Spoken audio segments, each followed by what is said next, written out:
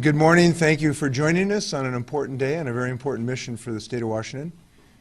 Here in our state, we continue to mourn our lost loved ones, and we continue to thank the thousands of people who are working to slow this epidemic. And we'd like to thank actually 7 million Washingtonians, because Washingtonians are all pitching in on this. They're all being leaders in the things that we can all do to fight this epidemic. Now, Washingtonians are not going to work when they feel ill.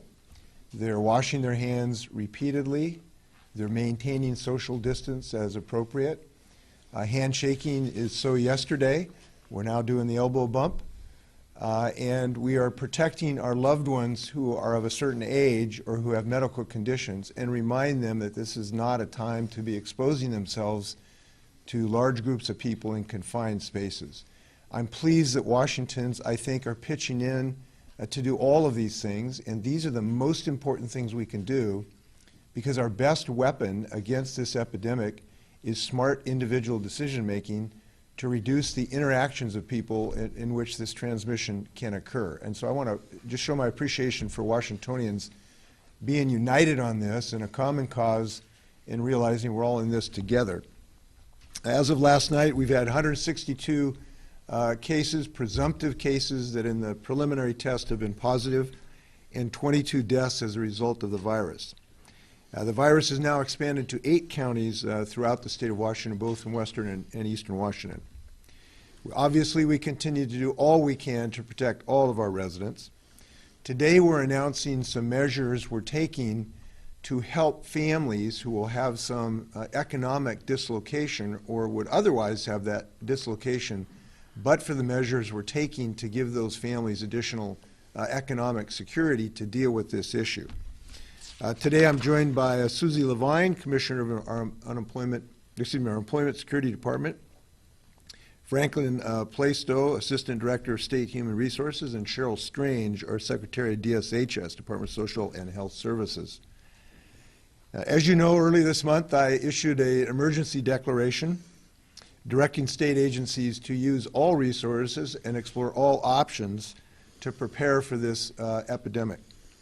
And one way to do this, and perhaps maybe the most important way to do this, is to protect our aged adults and those who have underlying medical conditions. So we want to address what we're doing today for our nursing homes and our long-term care facilities. The risk of severe illness and death from COVID-19 clearly is higher for members who are of our communities who are over 60 years of age and those with chronic health conditions.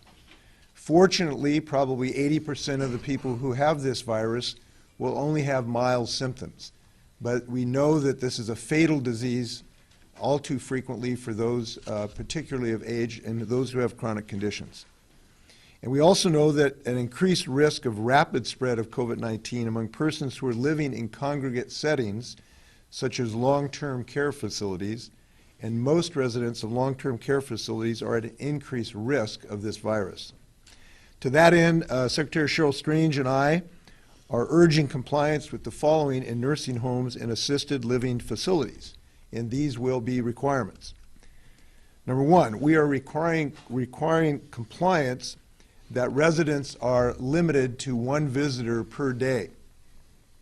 Visitors must be adults, and the visit must take place in the resident's room. This does not apply to end-of-life situations. Number two, all visitors must follow COVID-19 screening and follow reasonable precautionary measures.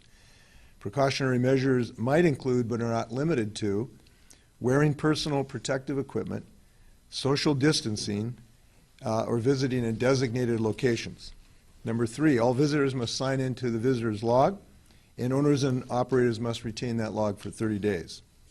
Number four, employers or volunteers must be screened, that's not testing, but screened for COVID-19 symptoms at the start of each shift. Number five, people living in nursing homes or assisted living facilities who are under a recommendation or order of isolation or quarantine from the Department of Health or local health department must be isolated in their rooms away from other people. Number 6, owners, operators, staff, and volunteers are prohibited from disclosing protected and confidential health information except as otherwise provided by law or with the consent of the resident. We are doing this to protect our patients, obviously, their families, and people who care for them. We also know that when cases develop at these long-term care facilities, families and public clearly have lots of questions and high concern for their loved ones. Sometimes the real need for that information can overwhelm the staff's capacity to answer legitimate and important questions in a timely fashion. So the Aging and Long-Term Support Administration under our DSHS will contract with a case management entity that would work directly with facilities to provide real-time information to family members who are authorized to receive it.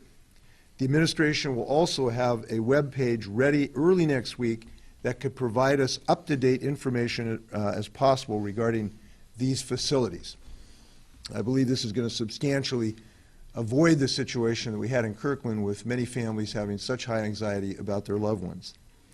I do want to share with you that last night I spoke to Seema Verma, who's director of our Medicare and Medicaid entities federally, and she told me basically top-line results of the survey that the federal regulatory agency, this is the group that looks at the quality of care in these facilities, and she will have to release the survey when they can, but I can tell you in listening to her and when those survey results go out, I believe families will be comforted and reassured about the medical care that their loved ones have. It was very pleased to hear what I heard from the people who've gone in and actually look at the quality care of the nursing home.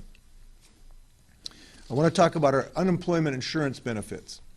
We are looking for multiple ways to give families confidence that they're going to be able to get through the hardship this has imposed. Commissioner Susie Levine is joining me today to announce new rules to help alleviate the economic impact felt by businesses and workers. We appreciate the businesses have already stepped up to accommodate workers who may be impacted by COVID-19. But I've asked Susie and directed our agency to look at all the things we can do to widen the safety net for people who are in this situation of either having illnesses or having to be isolated. Whether it's businesses expanding their paid and telework options or support for state workers, unemployment insurance or paid family and medical leave, we can help provide individuals with additional security while they care for themselves and their families. And I'm very proud of our state that we have probably the best security system for families regarding paid family leave and paid medical leave in the nation. In this case certainly shows the wisdom of having been robust in those plans. So we can help businesses weather the outbreak and employees. And the Employment Security Department developed emergency rules that went into effect early this week. These rules enhance the flexibility of the unemployment insurance program to give high confidence that people can use this if in fact they're ill or isolated. The first and best option for an impacted worker is employer-sponsored paid sick leave under our state law, and I'm proud of that law. These additional rules are designed to provide a backstop for the vast majority of workers who do not have access to employer-sponsored paid leave. And they will help relieve the burden of temporary layoffs, isolation, or quarantine by ensuring unemployment benefits are available to individuals whose employment has been impacted by COVID-19. These new rules will ensure the following. Workers will be able to receive unemployment benefits, and employers will get relief of benefit charges if an employer needs to curtail their business or temporarily shut down operations due to these problems, or because a worker becomes sick and other workers need to be isolated or quarantined as a result of the virus. If a worker falls seriously ill and is forced to quit, they may qualify for the paid family medical leave while ill under the existing program. Once recovered and available for work, they may apply for unemployment benefits. Next, we are providing leniency to businesses and individuals affected by COVID in their timeliness for financial penalties for late payments and information that is due. We're also allowing businesses using standby to include their part-time and less than full-time workers. I want to address our state employees. I'm also announcing steps today that will help those who work for the state and are impacted by COVID-19, including expansion of leave and telework options to all state employees. Franklin may answer any questions you have specifically, but I'll go through this quickly. This morning I sent a letter to our state employees, and I laid out these additional options. First, telework. State organizations will explore all possible options to expand telework to employees impacted by COVID-19. Next, we're expanding leave. State employees impacted by COVID-19 and required to self-quarantine or isolate under CDC guidelines will be permitted to stay home and pay if they're unable to telework for up to 14 days. Next, guidance around staying home and self-isolating. I will continue to ask State Human Resources to continue to monitor instances where our leave programs can support our employees and our families. I'm grateful for the fast action of our state agencies in responding to my emergency order. Together, these policies will help protect older workers, adults with problems, their families, and caregivers, as well as workers and businesses. Now, I just want to make a general comment. The suite of these policies are really going to help people weather this economically. And we're pleased to be able to expand this economic security net. But we have to realize we have a long road ahead of us. And we're going to be asking Washingtonians to step up to the plate to help all of our communities. And some of these things are going to require disruptions in our common way of doing business. And I just wanted to share with you in the public some information why those disruptions may be necessary. The best assessment we have from our epidemiologists, and we have spent hours and hours looking at the science on this because we're a science-based state from around the world. I've spoken from everyone from Anthony Fauci, the director of the National Institute of Allergies, Trevor Bedford, our excellent researcher at Fred Hutch, Dr. Bruce Alward, who's a senior advisor at the World Health Organization, and Dr. David Navarro of the World Health Organization. We have searched the world for the best science on this. And I'm going to summarize what our state has been able to find. We have 162 presumed people whose test results have shown that they have the virus in Washington State. But unfortunately, since we haven't tested 7 million Washingtonians, we know that there are many, many other people today in Washington State who have the virus, who've not been diagnosed and may have no idea, may have no symptoms at this moment.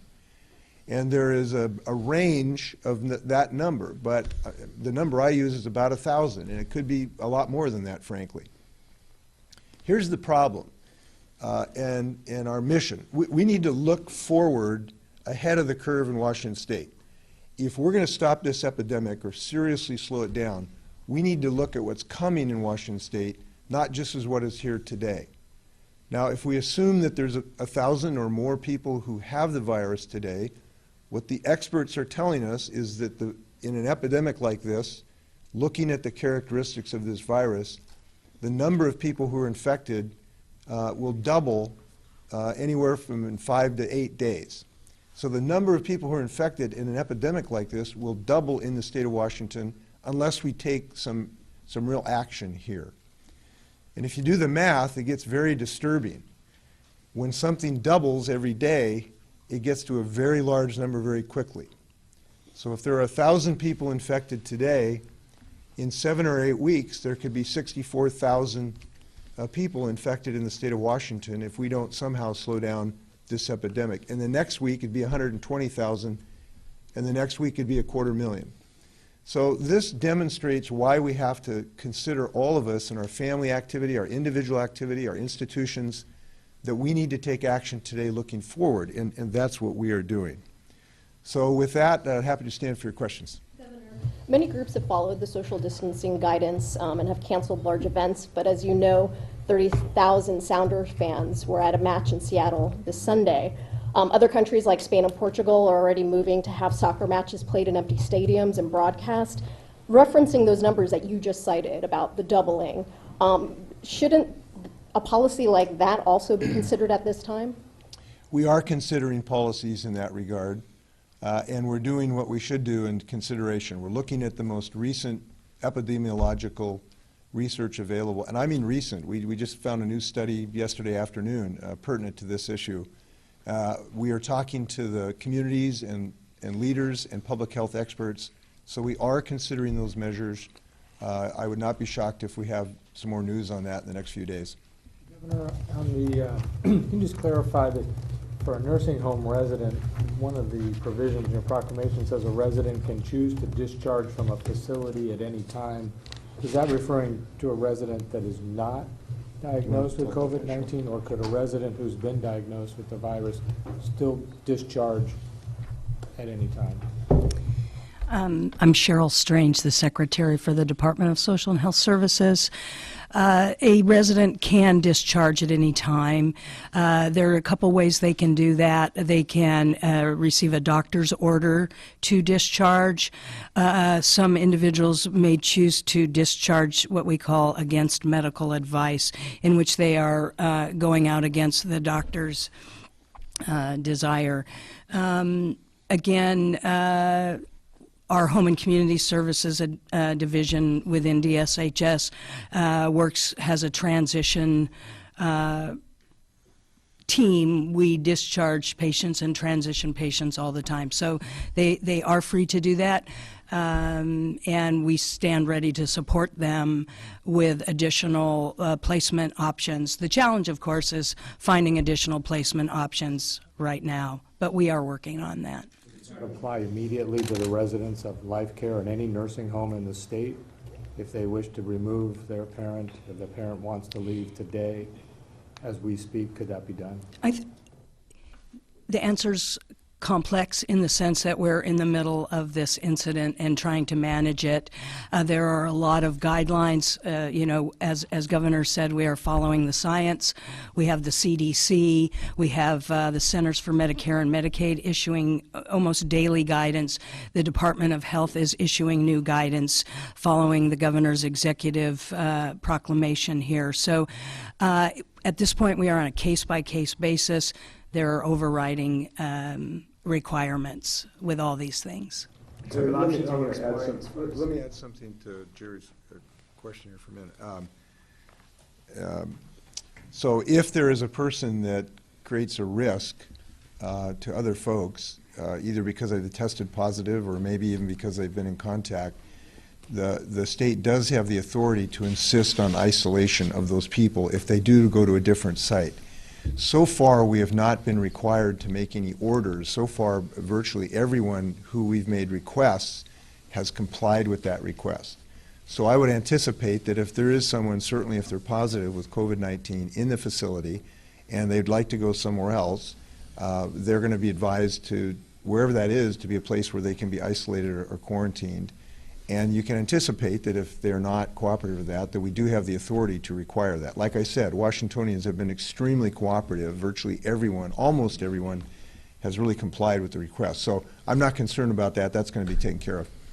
Governor, yeah. Given the numbers that you just laid out in terms of the potential spread here,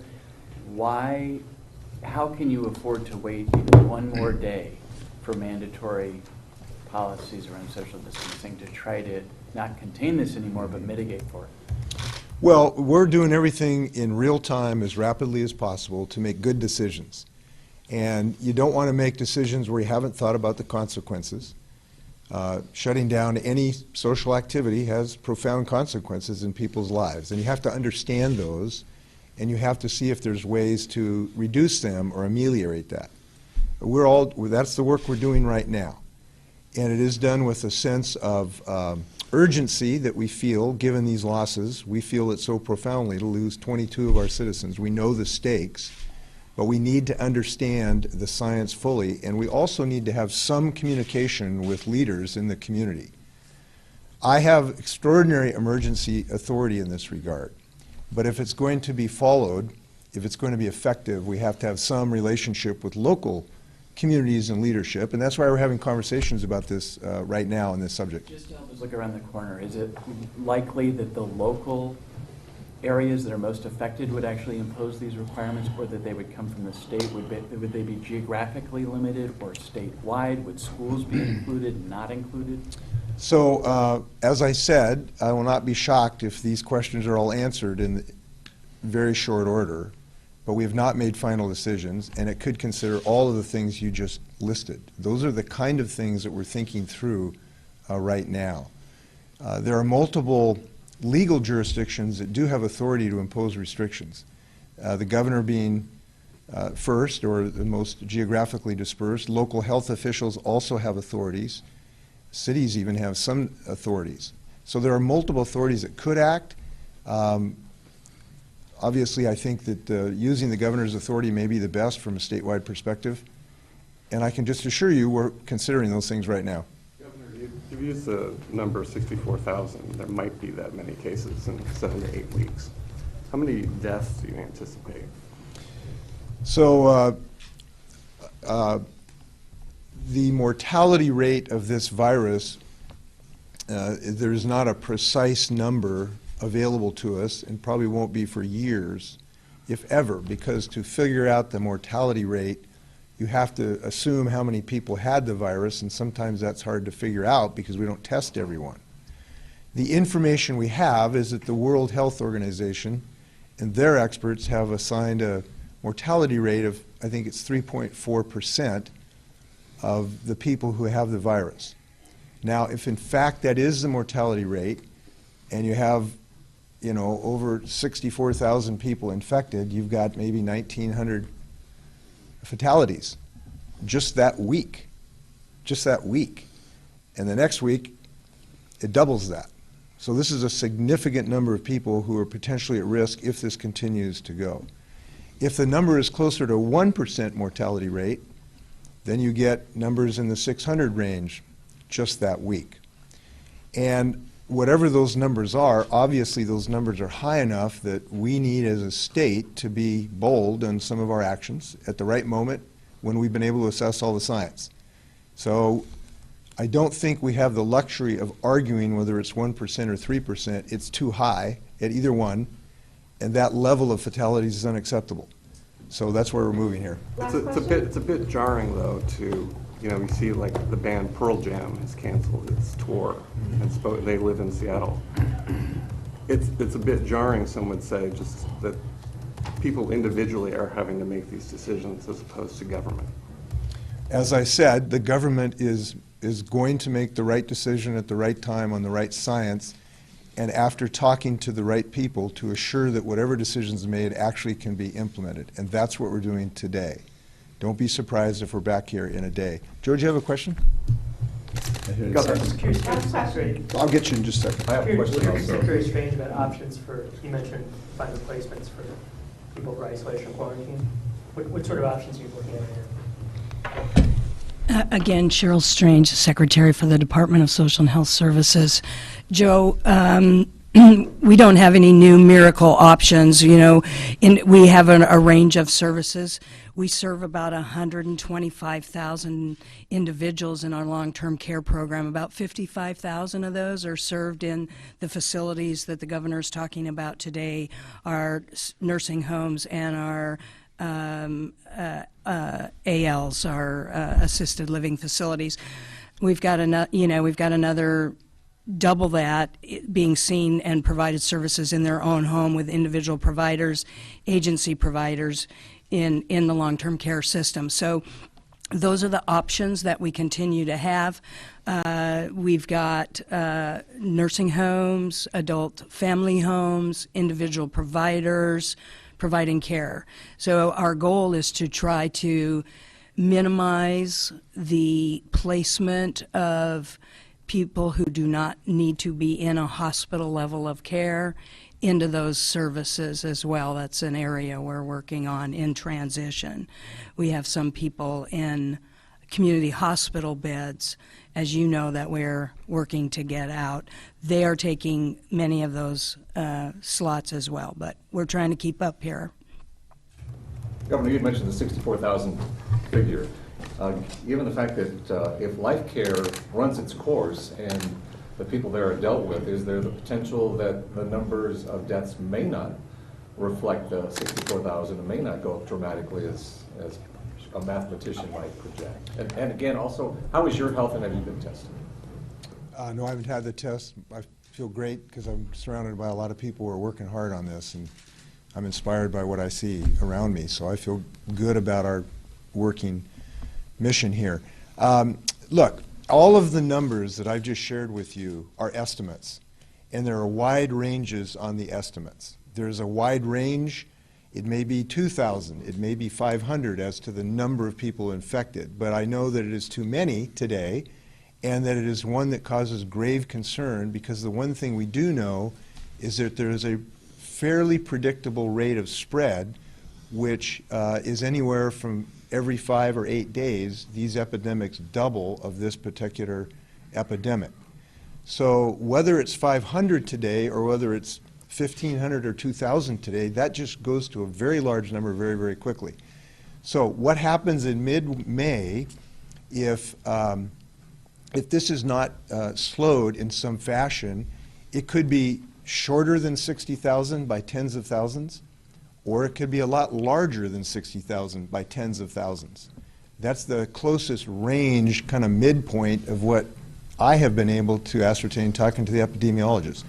So you may have a discussion of, 5 epidemiologists, one who says, no, it'll only be 30,000, and another will say, no, it'll be 100,000 in mid-May. But that is not an argument worth having. It's just either one of those numbers indicates we need to move here. So that's the information we're making. I'm going to take 2 more questions. Yeah, Governor, if you maybe one more. If you had a wish list of things that could either be done, or federal government, or National Guard, I mean, what would you ask for? What does the state need to potentially keep these numbers from growing as high as potentially they could? Well, what we need, and I'm sorry if you've heard this before, but what we need is the most important people in the state of Washington, frankly, are not governors or senators. They're every individual in their family.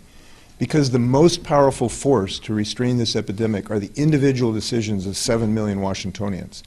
And if I was going to ask for one thing, it's for everyone to get up in the morning and focus on their family and what they're going to do, but also think about what can I do to reduce the risk of this. And those things are the single most powerful weapon we have against this epidemic. And so far, I'm pretty pleased with what Washingtons are showing. They're teleworking in the droves. They largely are, to my knowledge, not going to work when they're sick. There's a lot of bumping of elbows going on instead of shaking of hands. Those are the big weapons against this epidemic. If I was going to pick a second thing, it would be a surge capacity for our medical system. If these numbers get anywhere close to what I've just talked about, we are going to have real challenges in our hospitals in being able to deal with very, very sick people.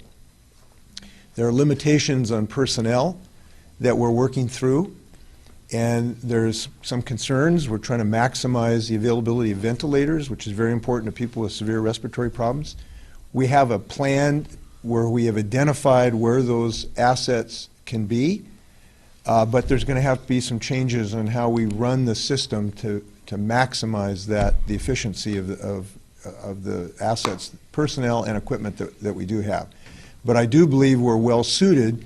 The state now, for some period of time, has had a working plan to find and to implement those medical facilities and personnel. So with that, I want to thank you well. Take care. The other speakers can stay for a few moments. Yeah. Any questions? Needs to go talk to the business Thank you. Be well. But if there's other questions for our other participants here. I do have a question about the long-term care facilities. When we're talking about the testing, I know at the Life Center in Kirkland, employees have not been tested yet, and the care center said it's because they requested the test, but they have not received them. Is that true? Has that not been a priority? Do we know when they're going to get those tests? Again, Cheryl Strange for the Secretary for the Department of Social and Health Services. The Department of Health, Secretary Weisman, is in charge of the expanding the testing. He's probably better able to speak to that. But we do know that the clients, the residents there have been tested. Obtaining testing equipment is a challenge we are grappling with now, and trying to get as many test kits as is possible for life care as well as the other long-term care facilities. So stay tuned. Time frame on when employees. I do not have a time frame. I would need to check in with Secretary Weisman on that. Can you describe those challenges to getting more test kits? I believe it is the test kits, getting qualified testers. I know that the governor worked with the FDA and a variety of other federal agencies to certify and get more people, more businesses able to do the testing. I can't comment on where we are with that, other than I know that the Department of Health can do those tests and the University of Washington. But again, I'll defer to Secretary Weisman. I'm sorry he's not here. The Homeland Security Department, do you have an estimate at this point of how many people might currently qualify for those expanded unemployment benefits from being in isolation quarantine? Thank you so much for that. Actually, I want to point people, on our website, we're going to have this grid that helps people navigate what situation you're in and what is the benefit that's most appropriate for you to utilize. First and foremost is using your paid sick leave. That gives you 100% of your wage, and it's something that is an employer-sponsored element. You can see a lot of green check marks on paid sick leave, first and foremost. That's the first choice that you'd want to have. Unemployment insurance, I would think of it more as a last resort, and a majority of workers who are quarantined will be able to avail themselves of this benefit in this instance, given the emergency rules that we've expanded. I don't have specific numbers on that, but I can say that a majority of workers will be able to avail themselves of that if needed and in those circumstances. Excuse me, sorry, Susie Levine, Commissioner for the Employment Security Department. My apologies. And related to paid family leave is also part of the equation potentially, correct? So in paid family and medical leave, that is for those who are seriously ill. The waiting week still applies. So for some individuals, on that, is there a concern that that will increase even more now that potentially people who are dealing with COVID-19 might be applying to the program? so the question was whether this will increase the high demand that we have for paid family and medical leave. And right now we are seeing it stay relatively level. We're tracking those numbers very closely. Because it is for only those who are seriously ill or caring for a seriously ill family member, we do not anticipate that that is going to increase the demand substantially for that. It is, however, available for those. That said, again, there is a 1 week waiting week period for individuals to avail themselves of it. So if you're ill for a week, not many people are going to take advantage of it. So 10-week waiting period is now down to 1 week. sorry, to be clear, a waiting week period is the period in which you are not able to receive those benefits. The 10-week period that we had announced a couple of weeks ago is the processing time for applications. Time. It is still relevant for those applications that are coming in. We're actually down to 9 weeks for those applications that are coming in starting last week. We are setting people's expectations that it could take up to 9 weeks for processing time for those. And our mitigation efforts on that front are taking hold. We've had dozens of new employees start and working on that effort to work that high demand, and they are having an effective approach to it, and we are reducing that on a regular basis in terms of the expected processing time. On the numbers, to clarify, you don't have any numbers yet of any individual workers in the state of Washington who are taking advantage as a result of this? So in terms... Second, I didn't say frankly, state workers as well. There was a mention of state workers impacted in self-isolation. Do we have any numbers on how many state workers have been diagnosed with the virus and are self-isolated? So I will defer that to Franklin in a moment. In terms of the numbers of people who might have filed for paid family and medical leave who are listing COVID-19, again, when an individual uses paid family and medical leave, they do have to have a medical certificate, or their family member does, for whom they're caring. And we are actually looking at that information now to determine whether we have received those or not, whether people have filed for paid family and medical leave and applied for it given COVID-19. We do not have that information currently. And in terms of unemployment insurance, just for your information, we are tracking those numbers on a daily basis to look at any increases in utilization of unemployment insurance. as well as employers using something called shared work that allows them to reduce their employee staff hours and have partial wage replacement for those reduced hours for their employees, or employers using what's called standby, which allows them to shut down or reduce their staff and allow them to keep those individuals attached without them having to search for a job. So I will now defer to Franklin for the second half of your question. Good morning. My name is Franklin Plaistow. I'm the Assistant Director for State Human Resources. To your question, we do not have a number right now of employees who are officially in self-quarantine or diagnosed COVID-19 positive. So we don't have those numbers right now.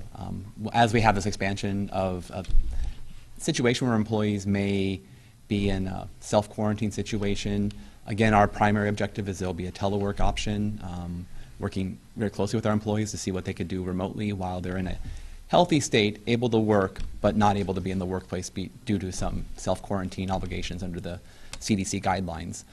So we may have a better sense of that as we go along, but right now they would be reflected in kind of our normal leave usage. Is there a state, any state, do you know of any, you may not know the number, but has any state worker, to your knowledge, been diagnosed with the virus in any state agency? Not to my knowledge, but I want to just be very clear, that's to my knowledge right now. Any last question? Question for Ms. Levine.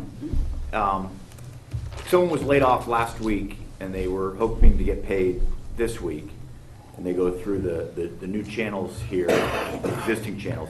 I guess what I'm getting at is how long can they expect to get that fund that they would have gotten from their employer? Is there a delay? You know, a realistic scenario, if someone is that one paycheck away from being homeless or something, will the state be able to fill that gap as quickly as the employer would have, or how long can people expect to have to wait for some of these benefits? So Susie Levine, the Commissioner for the Employment Security Department. This time I got it. So if somebody has gone on to unemployment insurance, they can file right away if they've been laid off and for cause, not for cause, that they have been laid off, and that process is still in place, and that's a 26-week period in which they can utilize that benefit, assuming eligibility.